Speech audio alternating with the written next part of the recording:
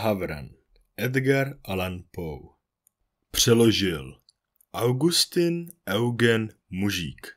V půlnoc jednou pustou tmavou, když jsem se skloněnou hlavou seděl znaven nad podivnou knihou, sám a v srdci žal.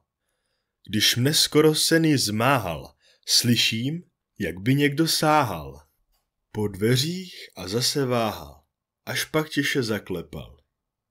Poutník to as, povídám si, na mé dveře zaklepal.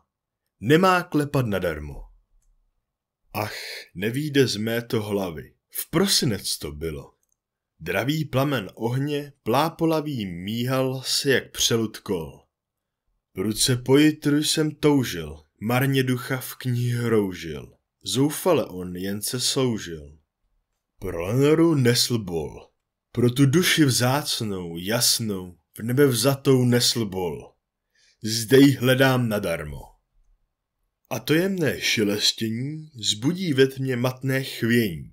Duši mou náhle jímá dosud nespoznaný žas. Takže bych se strachu zbavil, poznovu jsem k sobě pravil. To nějaký host se stavil u mých dveří v tento čas. Jaký spozní host se stavil u mých dveří v tento čas. Vždyť se lekám nadarmo. Tu jsem oddechnul si směle. Neváhaje, pak již déle. Pane, řekl jsem, či paní, prosím, odpusťte mi již. Však mne skoro sen již zmáhal a vy byste se zdráhal. Proto jsem též trochu váhal vstát a popojít vám blíž. Prudce otevřu teď dveře. Čekám, až on přijde blíž. Stojím, čekám. Nadarmo.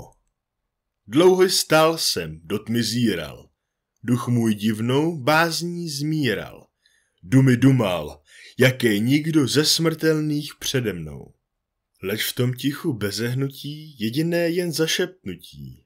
Lenoro, jak tknutí, znělo nocí tajemnou. Já je šeptnul, echem dále, znělo nocí tajemnou. Znělo, mřelo nadarmo. Do komnaty zpět se chýlím, s čelem divným, s matkem spilým. Slyším opět klepání to hlasitěji nežli dřív. Jistě pravím, někdo stoje venku, půlnoci se boje, klepe tam na okno moje. Podívám se na ten div, stiž se, ty mé plaché srdce, vysvětlím ti tento div, vždyť se lekáš nadarmo. Prudce okno otevře se a tu vidím, jak se snese ke mně Havran. Statný Havran, ze dnů dávna, z báje chvil.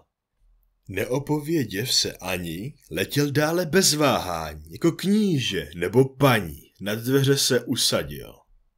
Na poprsí paladinu, tam se vážně usadil, hledím naň však nadarmo.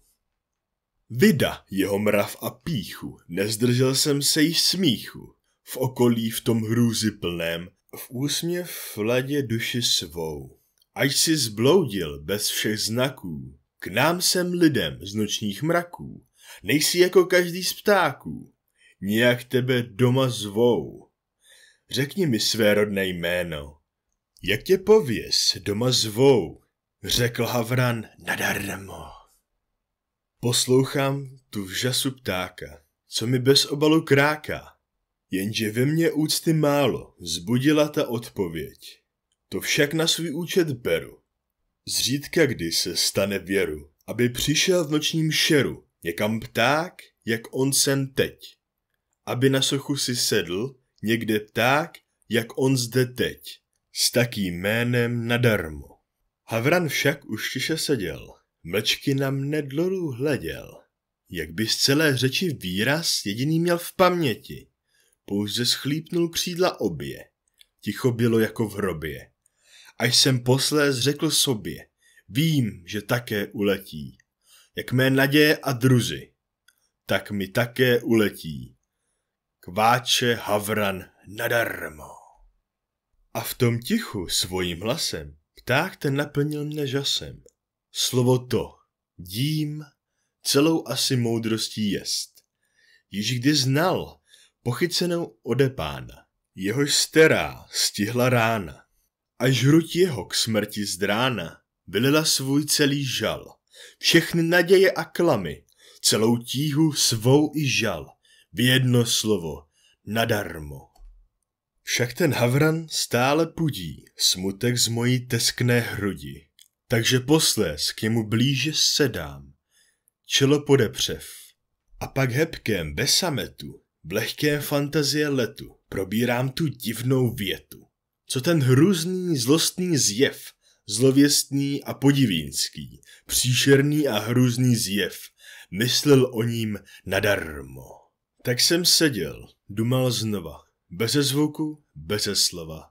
Hleděl k ptáku, jehož oči pálily mne v bledou tvář. Tak jsem seděl, bolest taje, hlavou těžkou opíraje, o podušku, v jejíž kraje padá lampy jasná zář.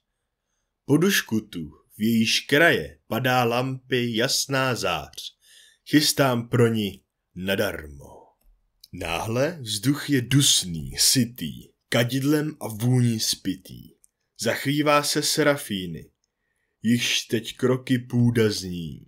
Nešťastníče, křiknu, nebe navštívilo dnesky tebe, ještě můžeš spasit sebe, rozlučen svou paměť s ní. Pij z poháru zapomnění, rozluč svoji paměť s ní, kváče havran nadarmo. Proroku, ty lidstva škůdce, ať jen ptáč, ďábel svůdce, jestli tebe peklo slalo, neb jen bouř v náš smutný dol, opuštěný, nehostinný, v němž jen pusté duchů stíny, rádi dlí a nikdo jiný. Prosím, umírni můj bol, rci, zanajdu v Gileádu balzám těchy pro svůj bol, kváče havran, nadarmo.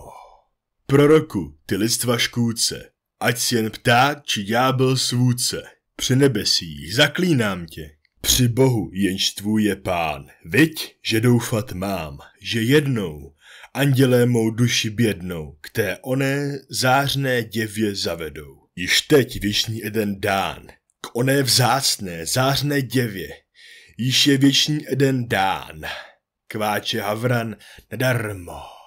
Naposled to skuhral vary, ptáku nebo ďáble starý, leď si zpátky v noční bouře, do pekelné vlasti pluj, nech zde jedno pero černé, v zámku lži své lícoměrné, samotě mne ponech věrné. Velím, opusť pokoj můj, vyrvi spáry z mého srdce, velím, opusť pokoj můj, kváče havran nadarmo. A ten havran z bílé stěny zírá jako přimrazený. Stále dolů od té sochy zírá v jizby mojí klín. Jeho zrak je divně žhavý, jak by sjáky z démon tmavý níže kroužil kol mé hlavy. V duši padá jeho stín. Doufáš, že ji někdy ještě opustí ten černý stín? Darmo, darmo, nadarmo.